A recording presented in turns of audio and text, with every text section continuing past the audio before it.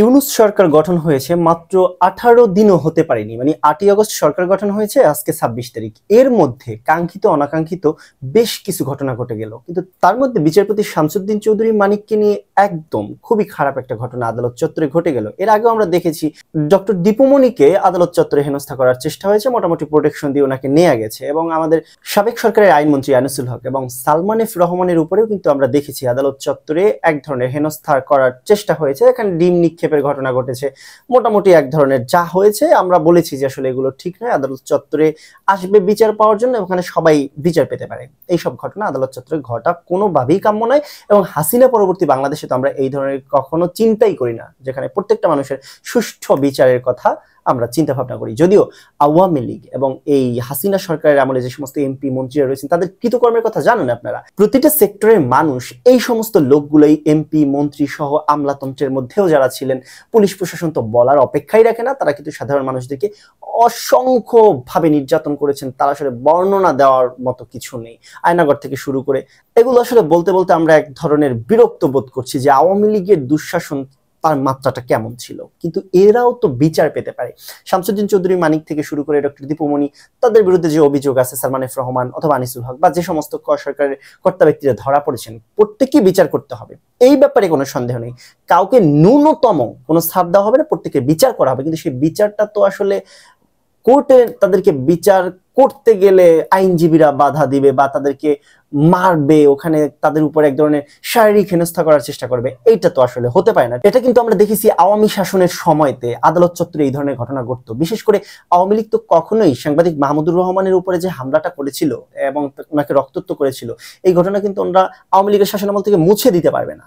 এটা সব সময় তারা জিজ্ঞাসিত হবে মাহমুদুর রহমানের উপরে, একজন সাংবাদিকের উপরে কিভাবে এই অত্যাচার নির্যাতন ছাত্রলীগকে দ্বারা সরকার করিয়েছিল। হ্যাঁ, অবশ্যই সরকার করিয়েছিল, এটা কিন্তু তারা নিরাপত্তা দিতে পারেনি। কিন্তু আরেকটা বিষয় কিন্তু আরো গুরুত্বপূর্ণ, শুক্ররঞ্জন বালী, যেটা ছিল আন্তর্জাতিক অপরাধ ট্রাইব্যুনালে যুদ্ধাপরাধীদের মামলার একজন আসামি, রাষ্ট্রপক্ষের আসামি হিসেবে ওনাকে আনা হয়েছিল।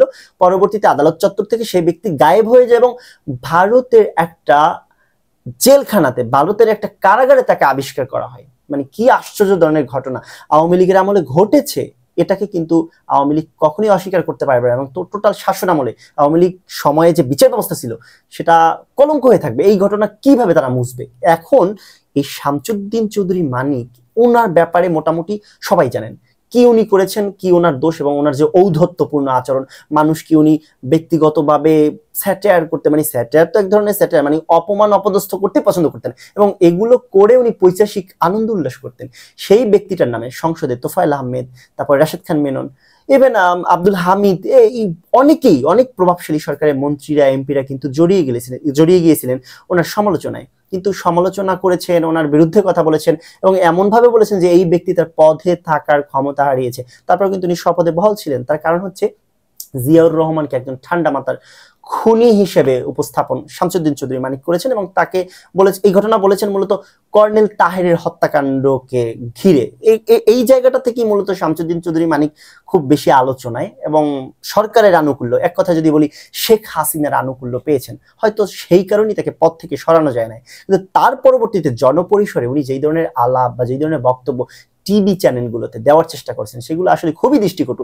সর্বশেষ যদি আমরা বলি, আবু সাইদকে যে হত্যা করা হলো, সেখানে এক কিশোরকে তার আবু সাইদের হত্যাকারী বানানো হলো, মানে পুলিশ যে গুলি করছে সেই জিনিসটা এজাহারে লেখা হয় নাই। এই জাজল্যমান যে গোজামিলের মিথ্যা এজাহার দিয়ে একটা ছেলেকে কারাবন্দি করা হলো, এইটাকে আবু সাইদের এই হত্যাকাণ্ডকে এই শামসুদ্দিন চৌধুরী মানিক বললেন যে সে হচ্ছে সন্ত্রাসী, সে হচ্ছে জঙ্গি, তা না হলে পুলিশের সামনে সে অস্ত্র নিয়ে দাঁড়ালো কেন? আবু সাইদের হাতে কি অস্ত্র ছিল? সবাই দেখেছে, লাঠি ছিল। এবং এইটাকে উনি জঙ্গি, সন্ত্রাসী এবং এটা অস্ত্র ছিল, পুলিশ তাকে গুলি করছে, সেটাকে সে জাস্টিফাই করতেছিল। এই তো শামসুদ্দিন চৌধুরী মানিক। এবং সর্বশেষ আর একটা ঘটনা খুব বেশি আলোচিত হয়েছে, একটা টিভি উপস্থাপককে রাজাকারের বাচ্চা বলেছেন এবং উনি ক্ষমাও চেয়েছেন। ওনাকে যখন ভিডিওতে ধরা হয়েছে, দেখা যায় যে বিজিবির এক সদস্য জিজ্ঞেস করতেছিলেন, এই তুমি ওই মানিক না, মানে মানিক্কা না, মানে এইভাবে খারাপ ভাবে বিদ্রুপ করে বলতেছিল যে টিভি চ্যানেলের এক নারী সাংবাদিকের সাথে তুমি এই ধরনের আলাপ করতেছিলা। তো উনি বলছে যে আমি ক্ষমাও চেয়েছি। এটা একটা ভালো দিক, উনি ক্ষমা চেয়েছে, মানে ভালো বা খারাপ তার চেয়ে আলাপ হচ্ছে ওনার কৃতকর্ম যে আসলে খারাপ এবং ওনার সাথে যে এই কাজগুলো আদালত চত্বরে হচ্ছে, অনেকে শান্তি পাচ্ছেন বা এটাকে থামানো ঠিক যেত কিনা, চাইলে যেত, কিন্তু সেই চাওয়ার পরিস্থিতিটা এই মুহূর্তে আছে কিনা বা আমরা যে ধরনের রাষ্ট্র ব্যবস্থার কথা চিন্তা করি আসলে তো সেটা আমরা এস্টাবলিশ করতে পারি না। এটা একটা অন্তর্বর্তীকালীন সরকার। আমরা যেই ধরনের রাষ্ট্র চিন্তা ভাবনা করছি বা আমরা যেই রাষ্ট্র প্রতিষ্ঠা করতে চাচ্ছি সেই প্রতিষ্ঠার পথে একটা স্টেপ মাত্র।